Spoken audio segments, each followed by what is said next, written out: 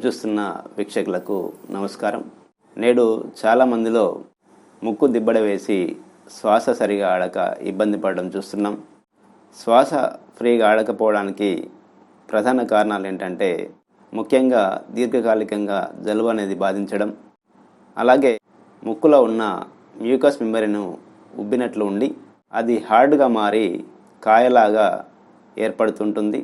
ఇలా ఏర్పడినప్పుడు ముక్కులో అడ్డంకు అనేది ఏర్పడి శ్వాస సరిగా ఆడకపోవడం అనేది జరుగుతూ ఉంటుంది. ఈ ముక్కులో కాయలాంటి నిర్మాణాలు ఏర్పడడాన్ని వైద్య పరిభాషలో పాలిప్స్ అని కూడా అంటాం.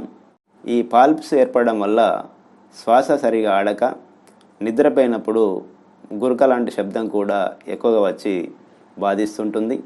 ఈ సమస్య రావడానికి ప్రధాన కారణం దీర్ఘకాలికంగా జలుబు వేధించడం, అలాగే బ్యాక్టీరియల్, వైరస్ లాంటి ఇన్ఫెక్షన్స్ ఎక్కువగా సోకడం, అలాగే ఎలర్జీ సమస్యలతో వేధించడం వల్ల కూడా ఈ సమస్యను ఎదుర్కోవడం జరుగుతూ ఉంటుంది.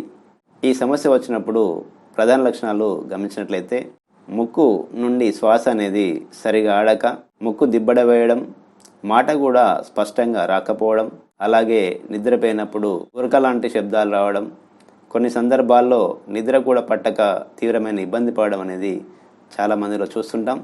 అలాగే కొందరికి కొన్ని రకాల స్మెల్స్ అనేటివి సరిగా రాకపోవడం అనేది జరుగుతుంటుంది. ఈ సమస్య వచ్చినప్పుడు తీసుకోవాల్సిన ప్రధాన జాగ్రత్తలు చూసినట్లయితే ముఖ్యంగా చల్లటి వస్తువులు, ఫ్రిడ్జ్లో పెట్టిన ఐటమ్స్ అనేటివి చాలా వరకు తీసుకోకపోవడమే చాలా మంచిది. అలాగే సాధ్యమైనంత వరకు అవుట్ సైడ్ ఫుడ్ను అవాయిడ్ చేయడం అనేది చాలా ముఖ్యం.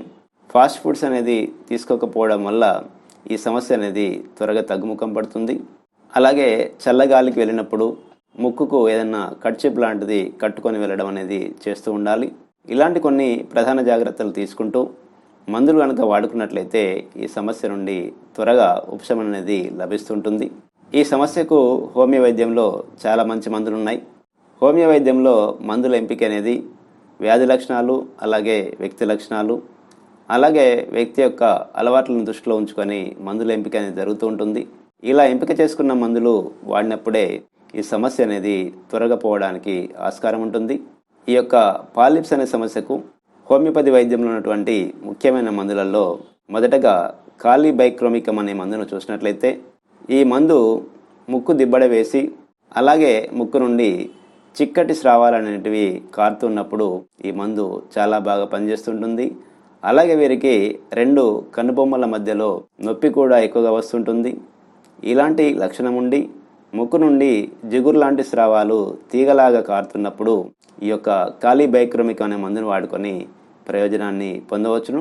అలాగే మరి ఒక ముఖ్యమైన మందు తూజా. ఈ మందు కూడా ముక్కులో ఏర్పడినటువంటి కాయ లాంటి నిర్మాణాలు పోవడానికి చాలా బాగా ఉపయోగపడుతుంది.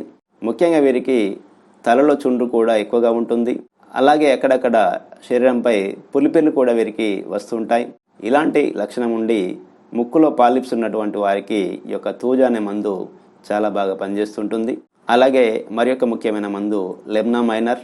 ఈ మందు కూడా ముక్కులో పాలిప్స్ సమస్యకు చాలా బాగా పనిచేస్తుంటుంది. ముక్కులో ఈ కాయ లాంటి నిర్మాణాలు వచ్చి ముక్కు నుండి నొప్పి మొదలై చెవిలోకి వస్తున్న సందర్భంలో, అలాగే శ్వాస సరిగా ఆడక ఇబ్బంది పడుతూ రాత్రి వేళల్లో లేచి కూర్చోవాల్సిన పరిస్థితి వస్తున్న సందర్భంలో కూడా ఈ యొక్క లెబ్నా మైనర్ అనే మందు చాలా బాగా ఉపయోగపడుతుంది. అలాగే మరి ఒక మందు టిఎంవి. దీన్నే ట్యూక్రియం మారం వీరం అని కూడా అంటాం. ఈ మందు కూడా ముక్కులో ఏర్పడే పాల్ప్స్కు చాలా బాగా పనిచేస్తుంటుంది. ముక్కులో ఈ పాల్ప్స్ అనేటివి ఏర్పడడం వల్ల ముక్కు దిబ్బడ వేసి గురక రావడం, అలాగే శ్వాస సరిగా తీసుకోకపోవడం, తీవ్రంగా రాత్రి వేళల్లో అవస్థపడడం ఉన్న సందర్భాల్లో ఈ యొక్క ట్యూక్రియం మారం వీరం అనే మందు చాలా బాగా ఉపయోగపడుతుంటుంది.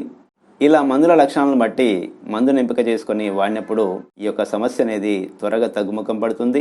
ఎప్పుడైతే సమస్య తీవ్రత ఎక్కువగా ఉంటుందో అప్పుడు మందును 30 పొటెన్స్లో ఎంపిక చేసుకొని ప్రతిరోజు ఉదయం ఒక పూట, సాయంత్రం ఒక పూట ఒక వారం పాటు వాడుకోవాల్సి ఉంటుంది. ఒకవేళ సమస్య అనేది దీర్ఘకాలికంగా బాధిస్తున్నప్పుడు ఎంచుకున్న మందును 200 పొటెన్సీలో వారంలో ఒకరోజు ఉదయం ఒక పూట, సాయంత్రం ఒక పూట చొప్పున సుమారు 2 నెలల నుంచి 3 నెలల వరకు వాడుకోవాల్సి ఉంటుంది. ఒకవేళ మందుల ఎంపిక అనేది సరిగా రానప్పుడు దగ్గరలో ఉన్న హోమియో డాక్టర్ సలహా మేరకు మందులను వాడుకున్నట్లయితే సమస్య అనేది త్వరగా తగ్గడానికి ఆస్కారం ఉంటుంది. మరి ఒక ఆరోగ్య సమస్య గురించి వచ్చే ఎపిసోడ్ తెలుసుకునే ప్రయత్నం చేద్దాం. నమస్కారం.